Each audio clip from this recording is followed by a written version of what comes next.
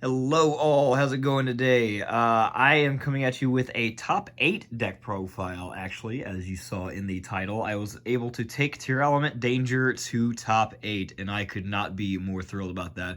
Unfortunately, I lost in the first round of top 8, but I still pulled a collector's rare out of the packs that I got. So, I can't complain whatsoever. I'm happy with that result. Wish I could have gone further in the bracket, but is what it is. So I'm just here to show you what I'm playing today and maybe get some few thoughts on what I would change, but there are thousands of Tearlament lists going on out there. So take what I say with some grain of salt when you consider that. First and foremost, something that's going to be common in pretty much any Tearlament deck, you do in fact play all the names and all 3 of them. You want to maximize out on these because you are milling constantly, so you want to hit these off of your mills so that you can trigger their effects. Plus, just their other effects in general always come up. So maxing out on this is pretty much mandatory. If you're not playing all 12 Tearlament names, then I would seriously question your deck building. And this is coming from a not, perfectly optimized deck builder. So here we are. The dangers, you of course play 3 Nessie because it is an Aqua.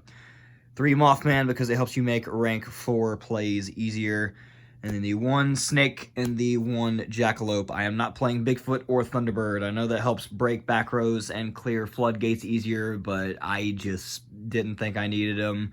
They really didn't come up either. Like, these worked perfectly well for me enough, helped me get into my link plays, helped me extend to get my draws. This lineup of dangers was fine.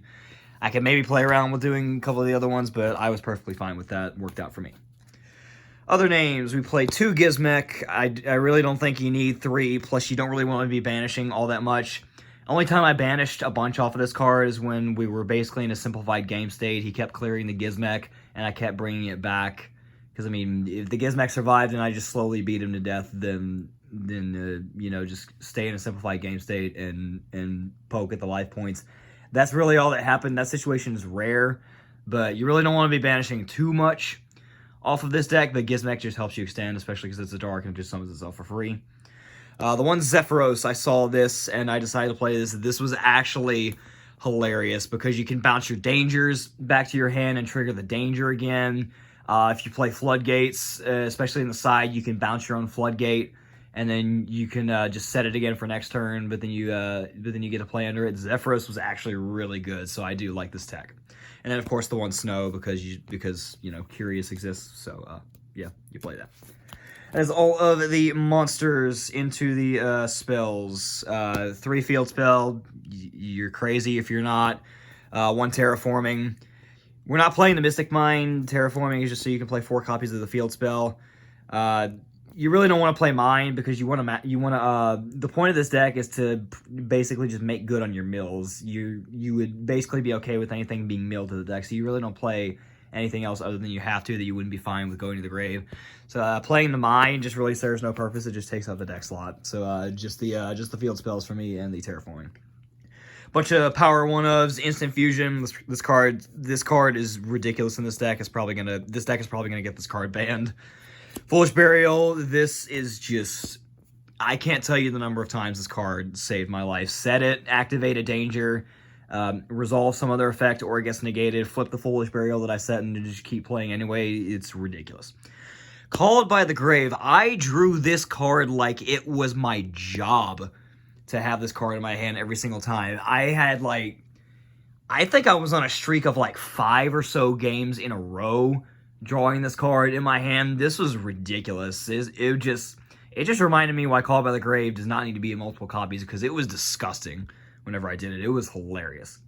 And I do play the 1 Galaxy Cyclone in the main because I was afraid that mine was going to make an appearance. Thankfully, I didn't see anybody activate Mystic Mine today, but I was prepared for it. This did actually come up today in the mirror. I was able to pop their field spell, so they weren't able to break my board easier on the following turn, and that did actually help because they weren't able to break my board when we got into the grind game. So still nice to have, but I know a lot of people have cut this. You wanna use the space for a bunch of other stuff, but some floodgates in situations can kind of hose you. Mine is a real problem for this deck, so you got to play an out to this. And you play this one because if you mill it to the grave, then that's fine. If you're playing the one Cosmic in the main as your Mystic Mine out, then if you mill it off of one of your effects, then you can't use it anymore.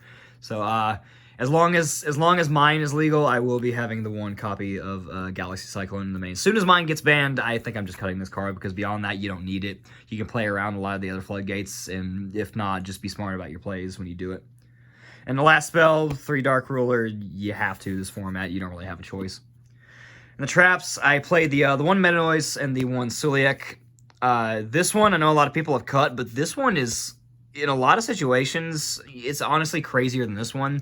Because obviously it's the Book of Moon, but then you get the Foolish One from the deck. This one you have to control something, and usually you do, and obviously the Imperm effect is better, but this one is still crazy. Like, you come across a synchro matchup like Punk. I played a Punk matchup today, and I wasn't able to get into this card, but I mean, just threatening a Book of Moon, like, one of their first plays was normal summon Zealman, and I just snow it in the graveyard, and they pass, and I kill them. Like, Book of Moon is really good, and then Foolish One from the deck. These both have situations where they come up, so I am main decking both of these, because like they can both just be crazy in a bunch of different scenarios. And then last 3 cards, I am main decking 3 Imperm. My idea for this was if I go against Splight, this is my answer to Gigantic Sprite. In the mirror, you can hit stuff like Kit and Kaleido Heart, depending on when you draw it. And then just the main idea with this was try to have an answer to Abyss Dweller whenever you're going second and they shotgun it in the standby phase, because you have to, otherwise it gets Dark Rulered. I had it in the deck whenever that happened to me, but I never drew this card whenever Dweller resolved. So like, I'm probably considering, siding Gamma at the very least, because that's just awful when it happens to you. But 3 Imperm the main. That is 40 cards in the main deck. Side deck was triple Lava Golem. Used this a couple times today. I'm probably going to keep that just because it helps clear boards so much easier. All my matchups today were the one Punk. It was pure Punk, actually, which was funny.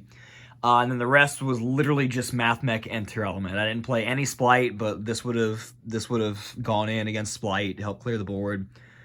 Against Math Mech, it helped clear out the IP and made it easier to deal with that. And in the mirror, you can just snipe the Kaleido Heart or whatever else they put up. So Lava Golem's really good. I would keep that in. The one Pank, it's a body and it can help clear out floodgates. This I think I used this once or twice today. It came in really handy. Cosmic and Feather Duster, as well as Reboot. I was concerned about back row matchups, and then obviously mine, and then stuff like Anti-Spell. I am probably going to cut some variation of these, because I'm not really as concerned with back row matchups, especially when I'm going first. It's just, you got to have an answer to Abyss Dweller, and when that just didn't happen for me, I just had a terrible day. It was awful. So I'm probably gonna side Gamma at the very least. I'll think of what to do with the space for that later on, but just back row stuff just doesn't come up as much. You got to have an answer to Dweller. And the last 3 were for going first: 3 Anti-Spell and 3 Summon Limit. This was the MVP of today. When I was going first and I saw this in my sideboard, I mean, just end my opponent's turn, go to my turn. You can bounce it with Zephyros. You can play around it. Your opponent is going to have a worse day than you whenever you resolve this card. This is great. I am keeping this in the side for the foreseeable future as much as I can, because this card it's degenerate and it's disgusting, but like, when you see it, it's just so good. It stops your opponent in their tracks. That is the side. Let's go on over to the extra deck. Soon as I can get it all. There we go. So the extra deck, the one Kaleido Heart, you do not need more than one. I understand why.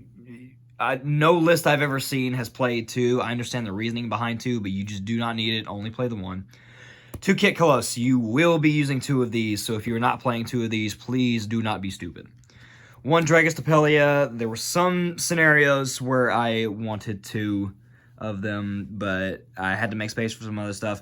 There weren't too many scenarios where 2 of them came up, but I would probably try and cut other stuff to make room for 2 in hindsight. The one Garura and the one Mud Dragon. I don't play Super Poly, but obviously these are good for Super Poly. You hard make these to do a lot of your other plays, so that comes up. This, I tried to utilize this a little bit more because this can give you targeting protection in the mirror. This happened today. My opponent made this whenever they knew I had the Suliek set. So they call it dark, and everything on their board was dark, so I couldn't target any of it. And then they just all they kept on board was darks, and then they proceeded to kill me. I couldn't do anything about it. So like, just stuff like that makes this card really crazy whenever you make it yourself. So it's just the utility that you can do with that is insane. Lynx, that's all the fusions I'm playing. The one dark, this is always going to come up, except for, you know, the niche matchups that don't really play into darks. I'm looking at you, pure punk, you piece of shit. The one Sprite Elf, the idea behind this is you do this with the Curious and the Bomber play. I don't think I ever actually got to do this today. I either got disrupted or I had to go for a different line because the Bomber Dragon play doesn't really do anything for you in the mirror, because if you Bomber Dragon pop their board, cool, you just trigger their Tearlament and they fuse anyway. It doesn't do anything for you. So like, I honestly never went into this. But I mean, obviously I would probably keep that package in because against anything else it's just insane.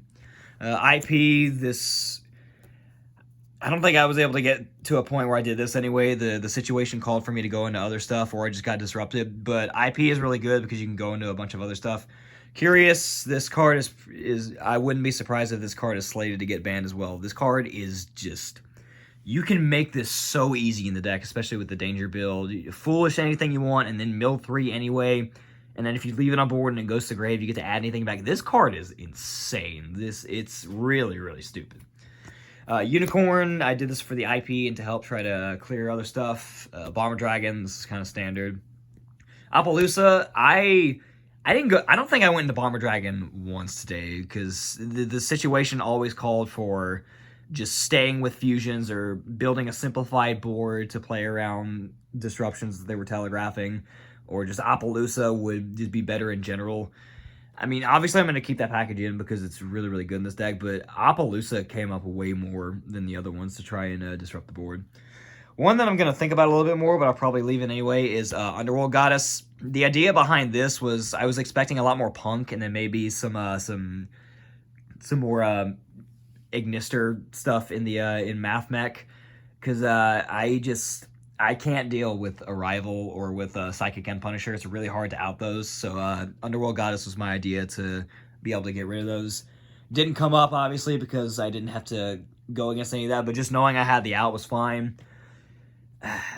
In hindsight, maybe Zeroboros would be better. But the problem with Zeroboros is just like, if you make that in the board state, that's how you out your own board. And that's what I was scared of. So, I mean, maybe I'll try that out, but I don't know. Just having the Underworld Goddess there as an option is just too good. And then just the one Dweller. Just, if you're not playing Dweller, then just play Dweller. That was the build that I took today. Like I said, unfortunately lost in the first round of top 8, but I made it to top 8, so we take those. First time I ever did that, so I am beyond happy about that. And I really think that's about all I got for you on that. Couple changes that I would consider, a bunch of other stuff that I played today that I was perfectly happy with and wouldn't change, and nothing really more to say about that. Thanks for tuning in. Have a good rest of the day.